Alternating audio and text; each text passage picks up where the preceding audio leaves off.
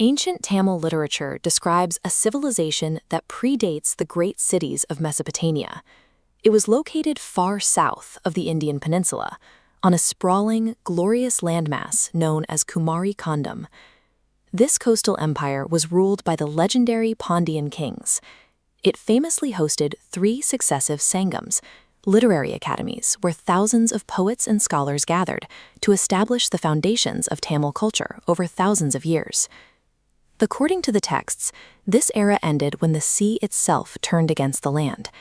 An apocalyptic event called Kadal Kol, the sea swallowing the earth, wiped the cities, the libraries, and millions of inhabitants off the map in a single generation.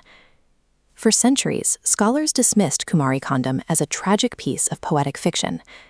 But in the late 19th century, that perception changed when European scientists claimed a sunken Indian Ocean continent was a verifiable scientific fact.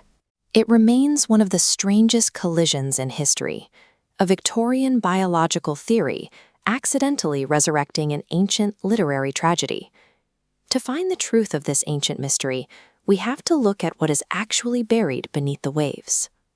In 1864, London zoologist Philip Sclater sat at his desk, staring at a map and a biological dataset that refused to make sense. He was tracking the distribution of lemurs. These primates exist in Madagascar and Africa, but Sclater found related species all the way in India. Lemurs cannot fly, and they are incapable of swimming across the vast Indian Ocean. To explain how these animals migrated, Sclater hypothesized a massive land bridge that once connected the 3 regions. Because it was the theoretical home of the lemurs, he named this lost continent Lemuria. The idea was immediately adopted by German biologist Ernst Haeckel. He was searching for the missing link in human evolution and realized Sclater's sunken continent provided a perfect location for the origin of the species. Haeckel claimed Lemuria was the birthplace of humanity. In his maps, early ape men evolved here and spread across the globe as the land slowly began to sink. The theory took its most radical turn with the mystic Helena Blavatsky. She claimed Lemuria was home to a root race of humanity, 12-foot-tall telepathic beings with a third eye who lived before humans developed physical bones.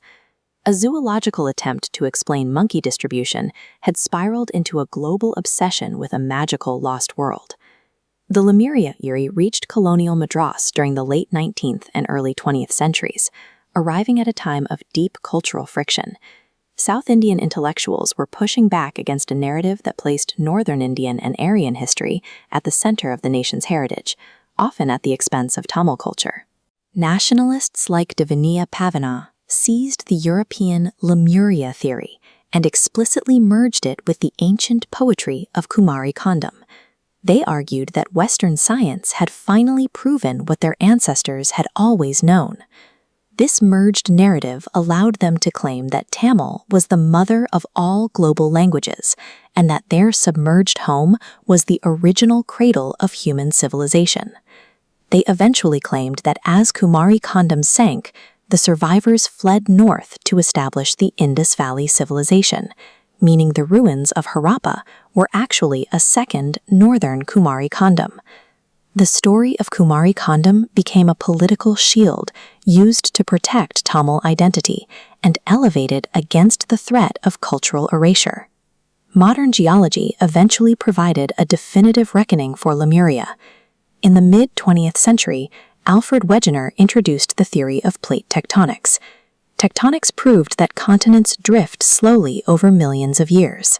This discovery made the idea of a massive landmass suddenly shattering and sinking into the deep ocean geologically impossible. Gondwana once connected India and Africa, but broke apart 150 million years ago, long before humans existed.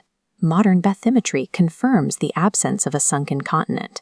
Sonar reveals deep trenches and ridges, but no flat continental shelf beneath the waves. While modern geology dismantled the idea of a sunken continent, it began to uncover evidence that the Tamil poets were describing a genuine environmental catastrophe. At the end of the last ice age, 18,000 years ago, the planet warmed and the massive ice caps melted. During this Holocene transgression, global sea levels rose by as much as 120 meters.